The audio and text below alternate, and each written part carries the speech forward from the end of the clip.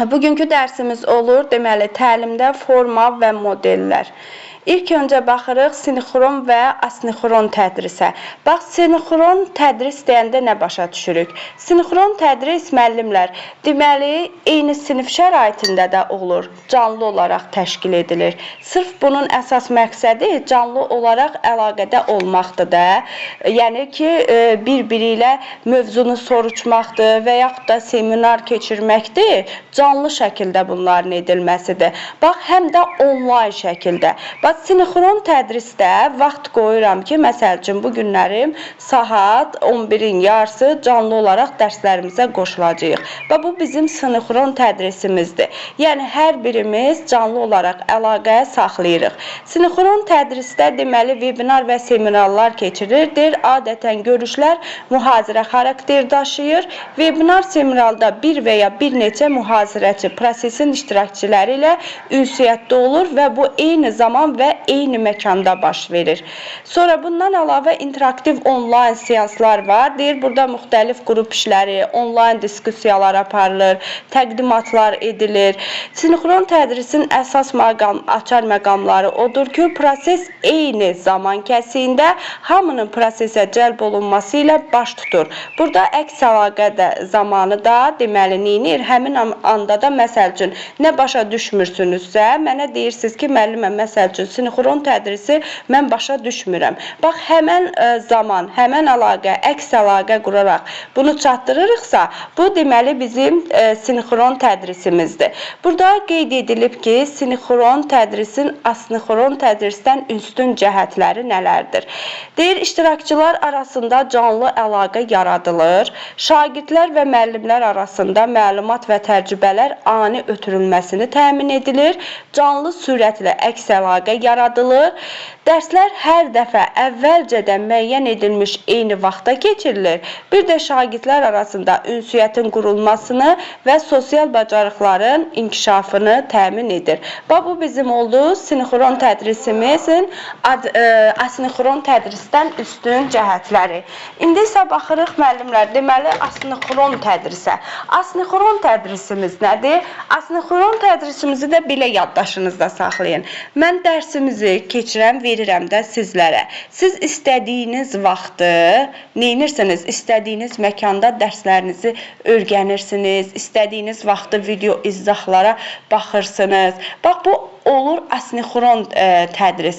Asinxron tədris şagirdlərdə metakognitiv bacarıqların inkişafına da daha çox şərait yaradır. Lakin sinxron tədrisdən fərqli olaraq şagirddə əks əlaqə həmin an verilmir. Şagirdlər sosial bacarıqları inkişafı öz öhdələrinə buraxılır. Bax, verirəm ki, dərsimizi öyrənin. İstədiyiniz yerdən araşdırma aparırsınız. Olur ki, nəsə başa düşməsəniz, başqa videolara da baxırsınız. Bax, bu asinxrondur. Özünüz başlayırsınız da fəaliyyətinizi öyrənməyə. Bax, buna görə deyir ki, metakognitiv bacarıqları da inkişaf etdirə bilir. Deməli, asinxron dərslərdə spesifik olan məqamlar hansılardır?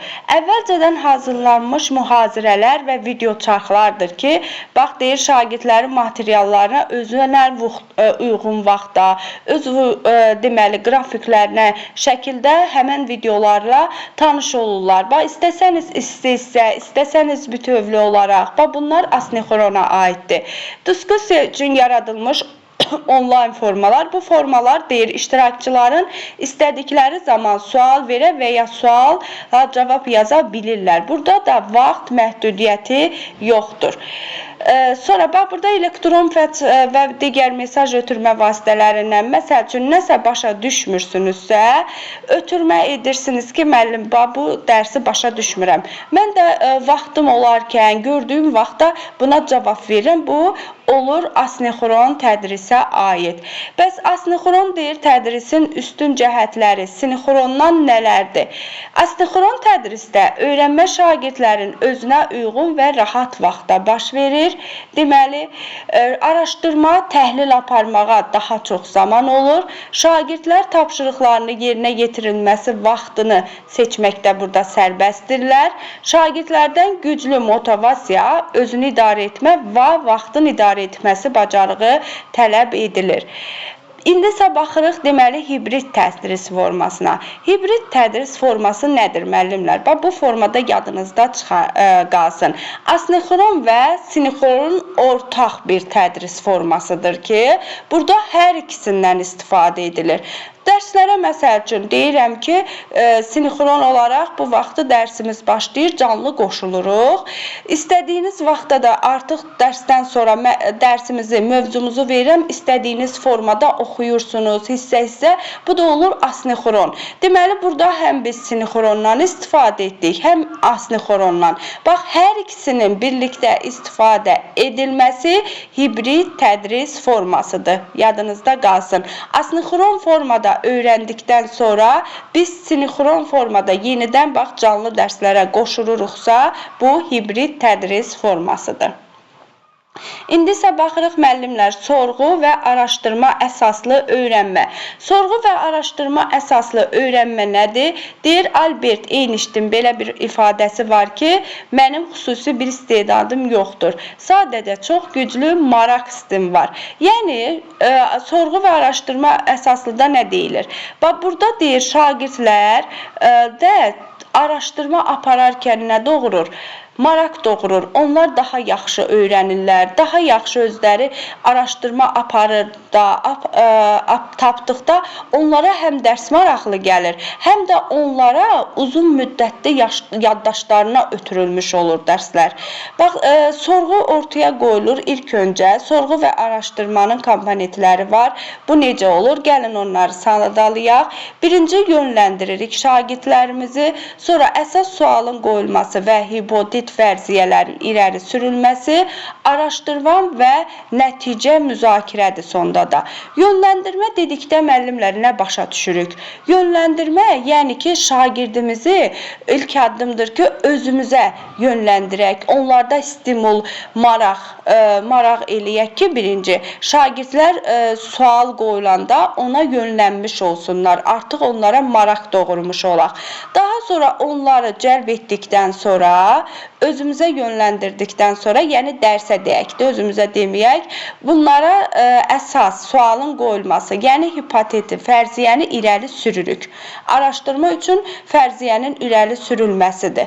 Artıq fərziyyə, sual ortaya qoyulduqdan sonra artıq araşdırma başlayır. Şagirdlər araşdırmağı aparırlar, araşdırmanı apardıqdan sonra, bitirdikdən sonra nəticəyə baxırlar. Nəticələrə baxdıqdan sonra isə artıq şagirdlərin arasında müzakirə olunur ki, yəni araşdırmaları necə həyata keçirdilər. Və bu bizim sorğu və araşdırma əsaslı öyrənməmizdir. Sorğu və araşdırma əsaslı öyrənməyə sadə bir nümunə verilibdir burada. Necədir? Deyir, şagirdlər müşahidə edirlər ki, müxtəlif otaqlarda eyni gündə, eyni otaqda, belə deyək də, eyni növdə bir bitkini əkmişik. Bitkiləri əkmişik, lakin baxırıq ki, bitkinin biri A və B qoyublar burada adın. A bitkisi B bitkisindən daha yaxşı inkişaf edir. Amma bunların əslində ortaq cəhətləri nədir? Hər biri eyni gündə əkilib, eyni saatda əkildiyinə baxmayaraq, A bitkisinin B bitkisindən daha yaxşı inkişaf etməyidir. Bax, sorğumuz budur. Bax, sorğuya əsasən şagirdlər bunu araşdırmağa başlayır. Şagirdlər deyir, bilir ki, bitkinin böyüməsi üçün suya ehtiyac var. Baxırlar ki, hər ikisinə eyni vaxtda, suyu da eyni miqdarda veriblər. Yəni, problem bunda deyil. Araşdırmanın cavabı bu deyil. Bunu bildikləri üçün bitkilərin arasındakı inkişaf fərqinin başqa səbəbdən qaynaqlandığına qərar verirlər. Deyir, şagirdlər araşdırma nəticəsində müəyyən edirlər ki, bitkinin inkişafı sudan başqa işıq və temperaturdan da asılıdır. Şagirdlər işıqlarına da baxırlar ki, eyni işıq düşür otaqlara, bunların işıqlarında, temperaturunda da fərq yoxdur. Bax, bundan sonra bunu da həyata keçirdikdən sonra bir neçə gün deyir, müxtəlif saatlarda aparılan en saatda ölçmələri müəyyən edirlər ki, iki bitkinin temperaturu şəraiti eynidir, su da eynidir. Artıq bunlarda bir fərq var ki, günəş işığına məruz qalma vaxtları fərqlidir. A bitkisi deməli daha çox günəş işığına məruz qalır. B bitkisi isə bundan daha az günəş işığına məruz qaldığı üçün deməli burada B bitkisinin inkişafı gec gedibdir. Bax, şagirdlərdə sorğu və araşdırma üçün bir nümunə idi ki, şagirdlər bunun vasitəsilə özləri taparaq, araşdıraraq neynirlər? Yaddaşlarına daha uzun müddətli köçürülmüş olur. Bax, daha yaxşı öyrənmiş olurlar. Hər hansısa bir mövzudursa, hər hansısa da bir tapşırıqdırsa, bunu araşdıraraq, özləri tapıraraq uzun müddətli yaddaşlarına köçürülmüş olur. Daha sonra deyir, tədris prosesində sorğu və araşdırma əsaslı təlim 5E modelindən istifadə etməklə də həyata keçirilə bilər. Hal-hazırda təbiət fəni üçün yazılmış dərsliyin strukturu deməli 5E modelinə uyğun tərtib edilmişdir. Burada da maraq oyatmadır. Sonra araşdırma gedir, izah etmə, möhkəmləndirmə və sonda da qiymətləndirmə olur. Bu bizim qısa olaraq sorğu və araşdırma əsaslı öyrənməmizdir. Problem əsaslı öyrənmə var müəllimlər. Bir də layihə əsaslı. Burada uzun formada verilib. Bu problem əsaslı ilə layihə əsaslarını biz cədvəlin içərisində belə deyək də qısa formada onların konkret cavabını öyrənə bilərik ki, problem əsaslı öyrənmə nədir, layihə əsaslı öyrənmə nədir? Bax, ilk öncə onu deyim ki, problem əsaslı öyrənmə hər hansı həyatdan hər ikisində də problem götürülür və ortaya qoyulur. Şagirdlərin məqsədi, müəllimin belə deyək də, məqsədi şagirdlərin bu problemi həll etməsidir. Layihə əsaslı öyrənmədə bundan ibarətdir ki, hər hansısa bir problemdir, həyatdan götürülüb və bu problemin həll yollarını şagirdlər irəli sürmüş olurlar. Gəlin indi bunların belə deyək də yanaşma tərzinə, burada müəllimin roluna, əhatə dairəsi və qiymətləndirməsinə baxaq. Hər ikisində problem var. Sadəcə olaraq görək ki, fərqlilik nədir? Burada əsas məqsəd şagirdləri problemin həll yolunun tapılmasıdır hər ikisində. Layihə əsaslı necə öyrənmədir? Görək, problem əsaslı öyrənmə necədir? Yanaşma tərzləri necədir? Layihə əsaslıda. Geniş deməli spektrli mövzunu əhatə etməklə kompleks problemlərə yönəlmişdir. Həmçinin yekunda şagirdlərin nəticələri maddi məhsul, təqdimat, portret və tədbir, ifa, musiqi, rol, rəqs şəklində nümayiş etdirilir. Bütün bunlar şagirdlərin anlamasına və əldə etdiyi bacarıqları aydın göstəriciləri hesab edilir. Və burada nə deyilir? Yəni, layihə əsaslı öyrənmə daha geniş bir spektrdən də, yəni burada böyük bir problem ortaya qoyulur. Bu problemin cavabını da şagirdlər verərkən layihə hazır olduqdan sonra onu müxtəlif şəkillərdə nümayiş etdirilir.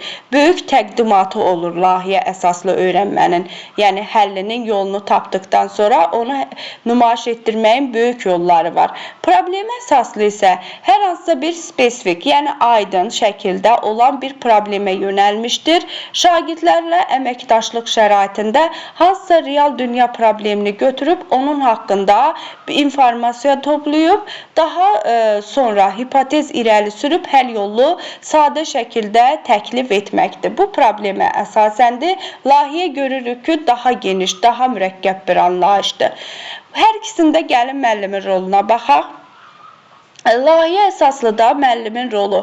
Müəllim bir fasilitator kimi müxtəlif formada öz dəstəyini göstərir.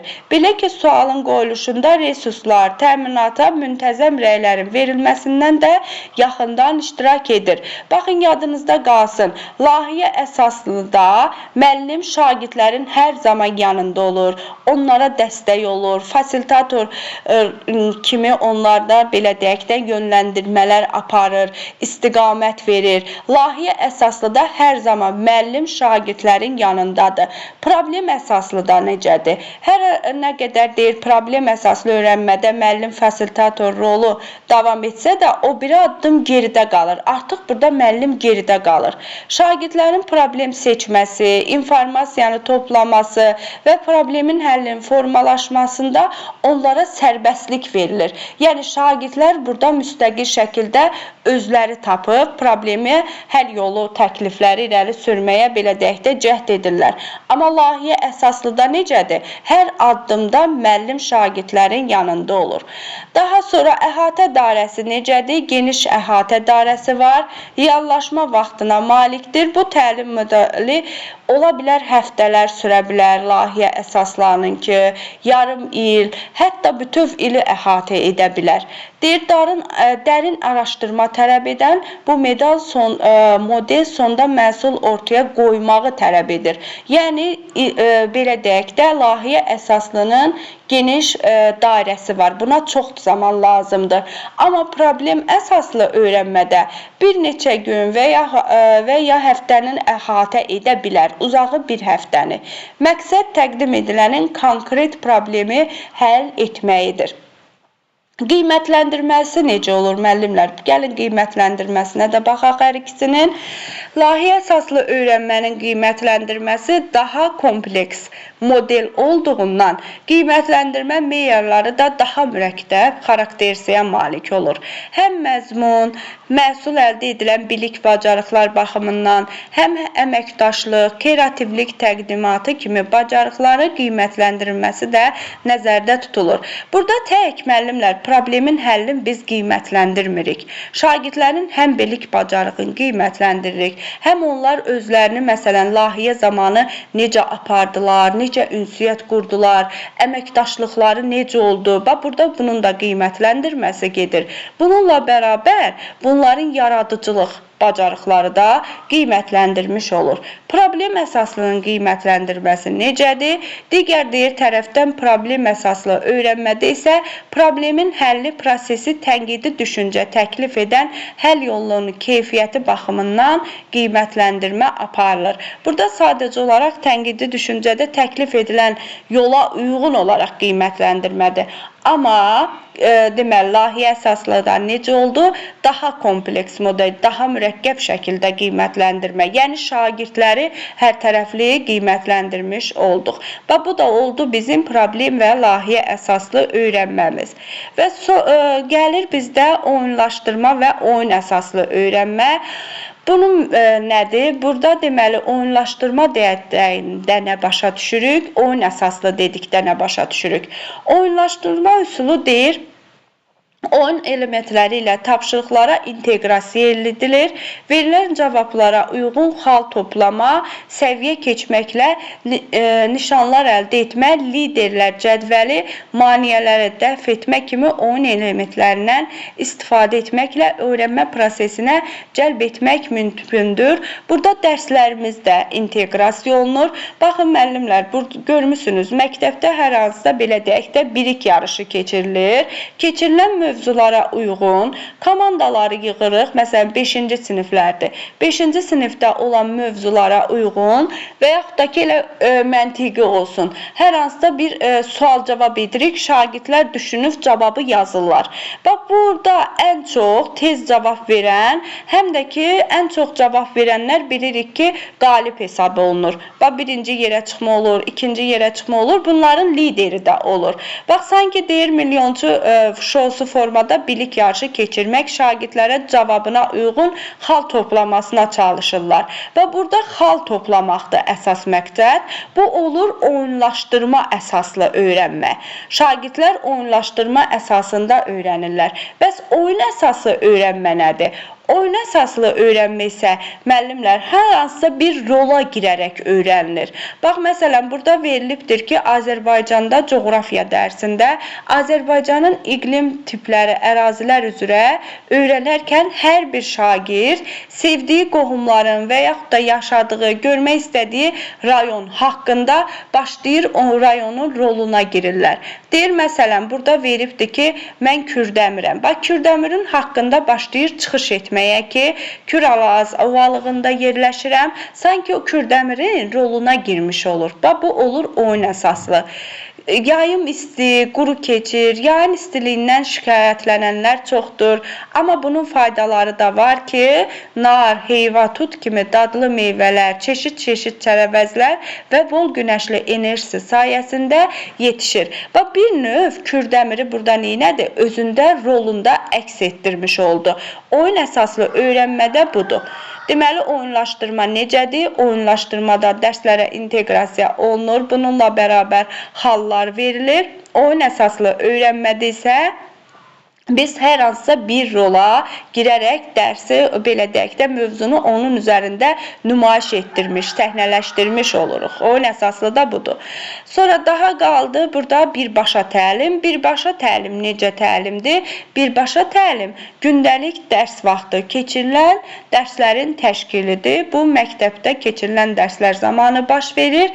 Birbaşa təlimi, müəllimlər, əsas prinsipləri var. Onlara baxaq. Birbaşa təlimi necə həyata keçirməliyik? Bax, bizə əsas budur olan ki, şagirdlərə birbaşa bütün şagirdlərin öyrənməsi üçün, onların mövzunu yaxşı anlaması üçün, aydın şəkildə anlaması üçün biz birbaşa təlimdən istifadə edərkən təlimimizi necə qurmalıyıq?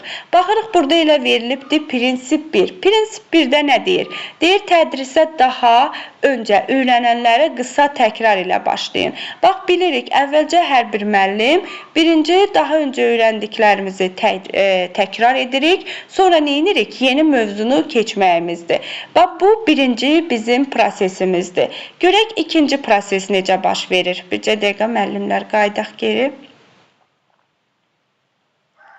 Dərsdə İkinci prosesimizdə belə götürək ki, müəllimlər, artıq ikinci prosesimizdə biz dərslərimizə, mövzularımıza bir-birini əlaqələndirmiş oluruq.